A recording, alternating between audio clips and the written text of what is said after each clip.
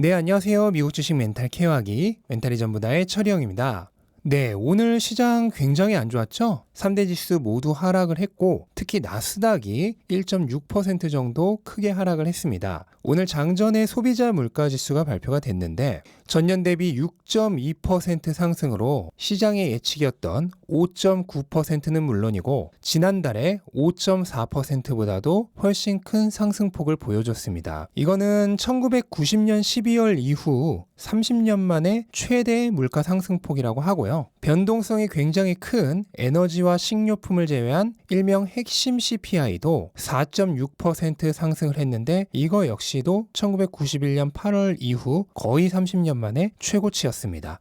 이렇게 인플레이션이 증가하면서 급여도 함께 증가했지만 인플레이션을 감안한 실질 급여는 오히려 감소를 했습니다. 10월 평균 임금은 전월 대비 0.4% 올랐지만 소비자 물가가 0.9% 상승했기 때문에 10월 시간당 평균 실질 임금은 지난달 대비 오히려 0.5% 감소했습니다. 이렇게 인플레이션이 계속되고 있는 게 눈에 보이고 또 그 상승폭이 점점 커지고 있기 때문에 이거는 페드의 향후 통화 정책을 바꿀 수 있다는 우려가 생길 수 있죠. 페드는 2023년 금리 인상을 목표로 하고 있지만 현재 일시적일 것이라 보고 있는 이 인플레이션이 이렇게 계속된다면 그때는 일시적이라는 주장을 거두고 조기 금리 인상을 할 수도 있습니다. 바로 그런 불안 때문에 오늘 시장이 안 좋았던 거고 특히나 통화정책 등의 영향을 많이 받는 나스닥이 더 많이 하락을 한 것입니다. 이로 인해 채권 수익률도 1.5% 후반대까지 무려 1% 넘게 하루 만에 급격하게 올랐습니다. 이거 역시 오늘 나스닥이 하락하는데 굉장히 일조를 했죠.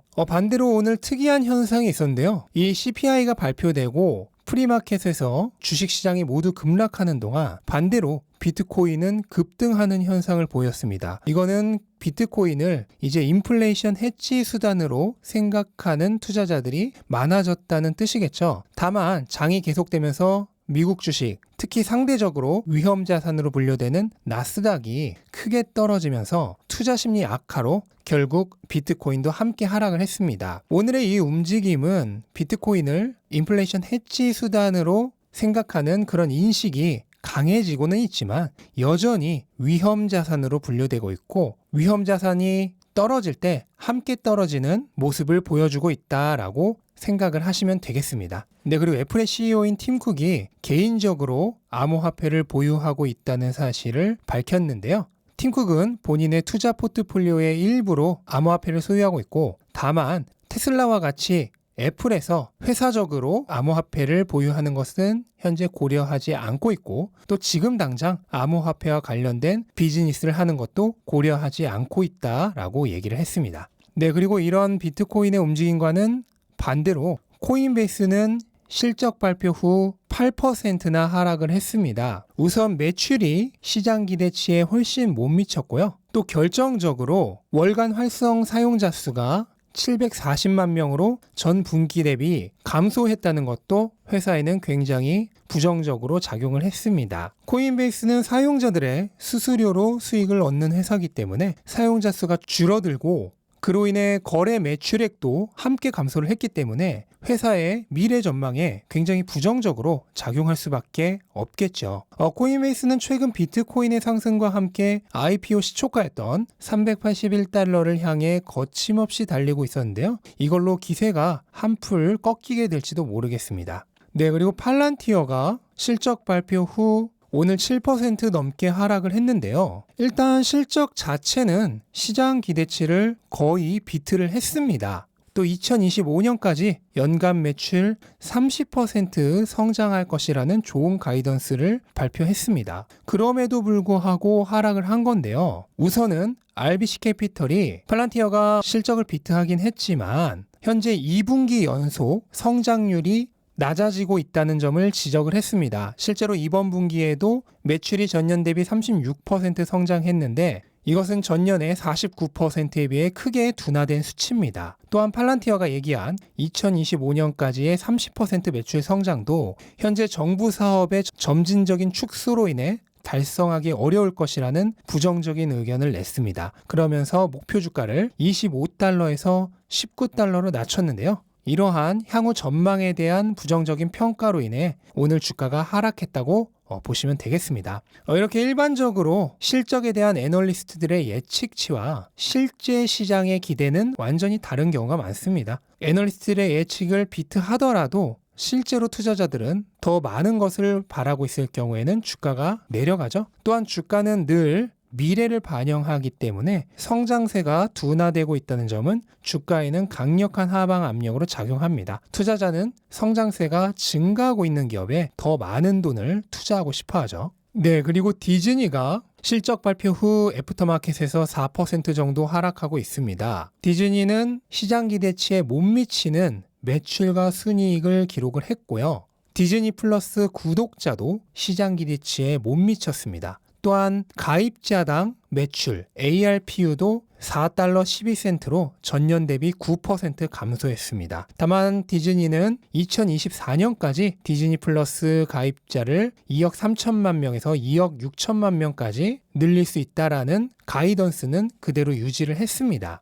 그리고 디즈니 테마파크와 제품 판매 비즈니스가 팬데믹 이후 처음으로 영업이익이 플러스로 돌아섰습니다. 매출도 26%나 증가했고요. 테마파크 사업은 디즈니의 한 축이죠. 근데 그동안 계속 적자가 나면서 디즈니의 발목을 잡았었습니다. 그런데 이 비즈니스가 이제 플러스로 돌아섰다는 것은 의미가 있고요. 하지만 현재 디즈니 성장성의 핵심이라 할 수 있는 사업은 단연코 미디어 사업이고요. 이 미디어 사업부가 많은 지출, 낮아지는 ARPU, 둔화되는 가입자 증가 추세를 보이면서 시장 기대보다 부진했다는 게 오늘 애프터마켓에서의 하락의 이유가 되겠습니다. 네, 그리고 드디어 전기차의 새로운 기대주 리비안이 상장을 했습니다. 리비안은 총 1억 5,300만 주를 78달러에 상장을 했고요. 오늘 하루 동안 가격 변동폭이 엄청났습니다. 한때 120달러까지 치솟았다가 또 95달러까지 하락했다가 최종적으로는 시초가보다 30% 가까이 높은 100달러 부근에서 마무리를 했습니다. 이로써 리비안의 시총은 877억 달러 정도고요. 최근 굉장히 핫한 전기차 주식인 루시드보다도 훨씬 높고 포드, GM보다도 높아서 상장하자마자 세계 자동차 회사 5위에 시가총액에 올랐습니다. 이거는 당연히 현재 그리고 당분간의 실적에 대한 기대로 형성된 주가는 아니고 최소 5년 후의 미래에 대한 기대로 형성된 주가겠죠. 리비안은 아마존이 지분의 20%를 투자할 정도로 적극 투자 중이고 아마존을 위한 배달용 밴을 9년 후인 2030년까지 총 10만 대 인도할 계획입니다. 그리고 회사의 주력 모델인 픽업 트럭 R1T의 생산을 시작했죠. 23년까지 연간 100만 대 생산 가능하게 하겠다는 포부를 가지고 있습니다. 이렇게 새롭게 상장한 리비안에 투자를 하려면 약 5년 정도 후에 리비안이 전기 자동차 생태계에서 어느 정도의 점유율을 유지하면서 얼마의 수익을 낼 수 있을지 테슬라나 루시드 같은 회사의 실적과 비교해보면서 현금 흐름을 계산해보고 충분한 수익성이 있다고 생각하면 투자를 하시면 되겠습니다. 가장 쉬운 방법은 2025년 정도의 회사 측의 계획이나 다른 경쟁자들의 상황을 종합해서 리비안이 총 몇만 대 정도의 차량을 팔 것인지를 예측해보고 일반적인 전기차 회사의 마진율을 대입해서 어느 정도의 이익이 날 것인지를 계산해보면 되겠죠? 이런 계산이 없이 투자를 한다면 그거는 그냥 투기에 불과합니다. 물론 대부분의 투자자들이 그런 계산을 하지 않고 투자를 합니다. 그렇기 때문에 투자자는 조금만 노력하면 대부분의 대중을 앞서갈 수 있는 겁니다. 네, 테슬라는 오늘 또 한바탕 난리를 쳤습니다. 장 시작하자마자 주가가 급락을 했고요. 현재 강력한 지지선으로 작용하고 있는 1000달러가 일시적으로 깨지기까지 했습니다. 하지만 강력한 저가 매수세가 들어오면서 주가가 다시 1075달러 부근까지 치솟았고 이후 적당한 주가를 유지하다가 장 막판으로 갈수록 흘러내리는 듯 하더니 1000달러의 지지선이 다시 작용을 해서 장 막판의 주가가 또 한 번 치솟았고 결과적으로는 4.3% 상승한 1067달러 부근에서 마무리를 했고요. 현재 애프터마켓에서도 2% 정도 상승한 1090달러 부근에서 움직이고 있습니다. 네, 애프터마켓에서 이렇게 오르고 있는 이유는 일론 머스크가 주식을 매도한 것이 드러났기 때문인데요. 일론 머스크는 월요일에 주당 $6.24에 총 215만 주 정도의 스탁 옵션을 취득할 수 있는 옵션을 행사를 했습니다.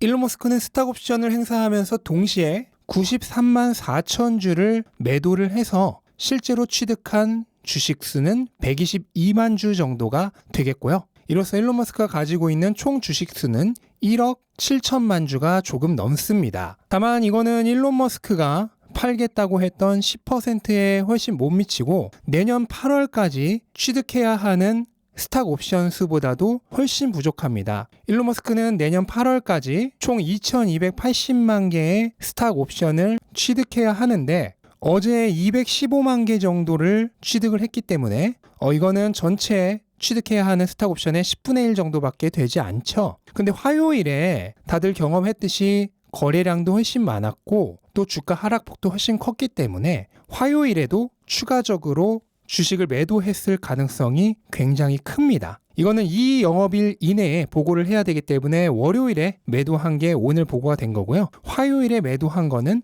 내일 보고가 될 예정입니다. 그래서 내일 보면 알겠지만 아마도 매도를 했을 것으로 보이고 다만 앞으로 취득해야 하는 스탁옵션 수가 거의 2천만 주가 되는데 어제의 총 거래량이 6천만 주 정도인 걸 감안하면 어제 하루 동안 2천만 주를 모두 다 취득을 했을지는 조금 의문입니다. 월요일에 보면 권리를 행사한 옵션의 약 45% 정도에 해당하는 주식을 매도한 것을 알 수 있습니다. 그러면 남은 2천만 개 정도의 스탁 옵션을 취득을 할 때 동시에 900에서 1000만 주 정도를 매도했다는 계산이 나오는데요. 이 6천만 주의 거래량 중에 그 1000만 주 정도가 포함이 되어 있을지는 내일 밝혀질 것으로 보입니다. 일론 머스크가 스탁 옵션을 행사하면서 주식을 매도하는 이유는 주식 취득 시에 세율을 낮추기 위해서고요. 게리 블랙의 설명에 의하면 일론 머스크는 이렇게 함으로써 총 50억 달러 정도의 세금을 절세하는 것이 가능하다고 합니다.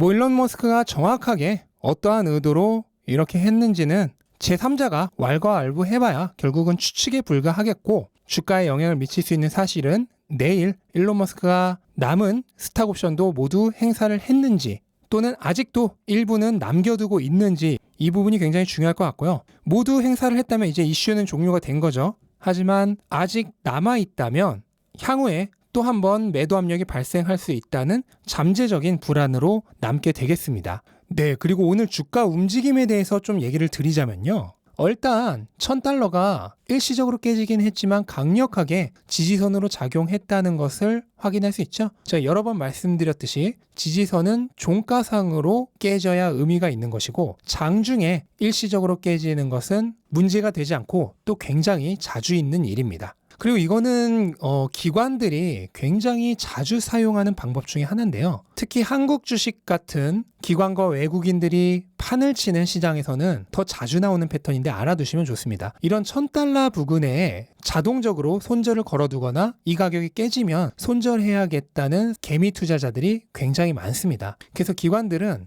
그런 가격이 가까이 오면 일부러 한번 강력하게 주가를 밀어내립니다. 이거를 지지선 테스트라고 하는데요. 그렇게 해서 그 가격에 도달하면 개미들의 손절 물량이 대량으로 실행이 되겠죠.